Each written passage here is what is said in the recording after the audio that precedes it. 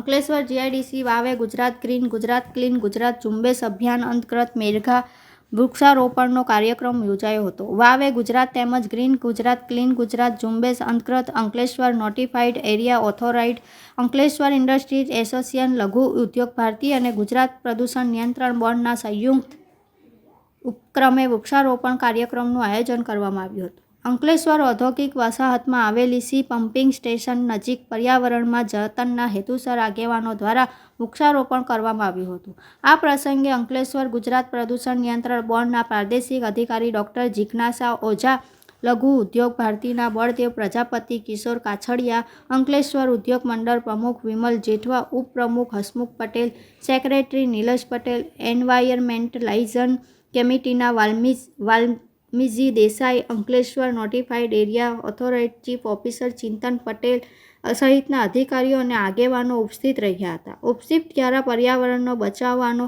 સંકલ્પ લેવામાં આવ્યો હતો। આ પ્રસંગે જીપીસીબીના પ્રાદેશિક અધિકારી ડૉક્ટર જિજ્ઞાસા ઓઝા વાવે ગુજરાત અંતર્ગત સાથે પમ્પિંગ સ્ટેશન ખાતે વૃક્ષારોપણ કરાયું હતું, જે પાછળ ઉદ્દેશનીય પમ્પિંગ સ્ટેશન પાસે વાવતી વાસ દૂર કરી અહીં પ્રદૂષણ ઘટાડવા માટે વૃક્ષારોપણ કરવામાં આવ્યું છે। વૃક્ષો હવામાં રહેલા પ્રદૂષણની તીવ્રતા ઘટાડતા હોય છે। આગામી દિવસોમાં સમગ્ર જીઆઈડીસી ધનિક વૃક્ષારોપણ કરવામાં આવશે।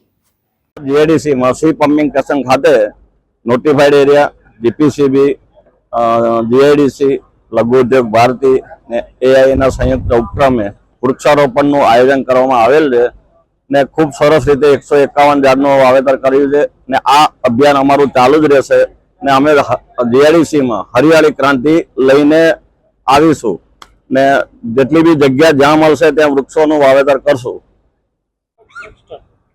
નમસ્કાર, હું ડૉક્ટર જિજ્ઞાસા ઓઝા, પ્રાદેશિક અધિકારી ગુજરાત પ્રદૂષણ નિયંત્રણ બોર્ડ અંકલેશ્વર, અને આજે અહીં આપ જોઈ રહ્યા છો કે પમ્પિંગ સ્ટેશન સી ઉપર અમે વાવે ગુજરાત મથાળા હેઠળ એક વૃક્ષારોપણ કાર્યક્રમનું આયોજન કર્યું છે।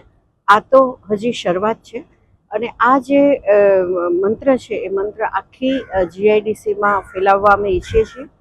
પમ્પિંગ સ્ટેશન સીધી શરૂઆત કરવાનું કારણ એ કે અહીંયા થોડી જગ્યા પણ છે અને થોડા વાસના પણ ઇસ્યુ છે।